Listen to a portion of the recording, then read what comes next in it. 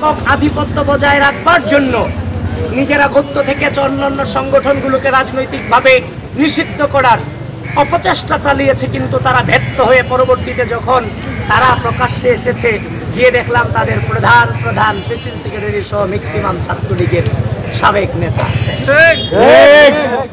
এখন 5 আগস্ট পরবর্তী সময় আমরা এই জেনারেশনটা কখনো কল্পনা করিনি যে তারাও তাদের যে পূর্বসূরি মুক্তিযুদ্ধ সম্পর্কে যে ধারণা ওন করে তারা এটাকে ওন করে, এটা আমরা চিন্তা করি না। আমরা ভেবেছিলাম আমরা একই জেনারেশন, কিন্তু 5 আগস্ট পরবর্তী সময় ঢাকা বিশ্ববিদ্যালয়ের মাটিতে রাজাকার শব্দটাকে জেনারেলাইজেশন করুন, মুক্তিযুদ্ধ ভুলক্রমে হয়েছে ম্যাগাজিনে এই ধরনের তথ্য প্রকাশ করুন, জাতীয় সঙ্গীতকে অবমাননা করুন, টিএসসিতে দাঁড়িয়ে যারা স্বীকৃত রাজাকার, বিচার প্রক্রিয়া নিয়ে অবশ্যই প্রশ্ন আছে, কিন্তু যারা স্বীকৃত রাজাকার তাদের তো ছবি আপনি টিএসসিতে চালাতে পারেন না।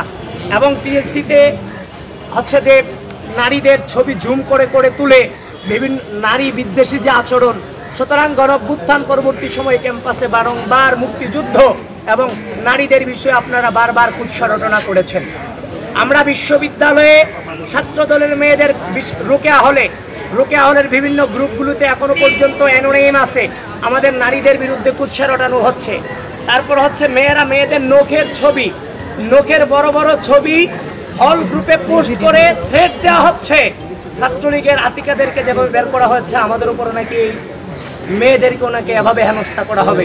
এটা বিশ্ববিদ্যালয় প্রশাসনকে অনুরোধ করছি, এই উগ্র আচরণগুলো যারা করছে তাদেরকে আপনারা কন্ট্রোলে আনেন, নির্বাচনের লেভেল প্লেইং ফিল্ড নিশ্চিত করেন।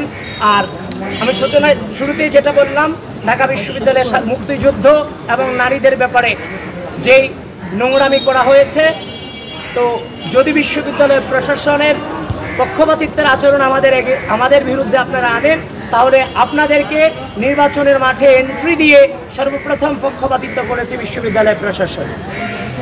বন্ধুগণ, আমাদের এই পর্যন্তই ছিল আজকের কথা।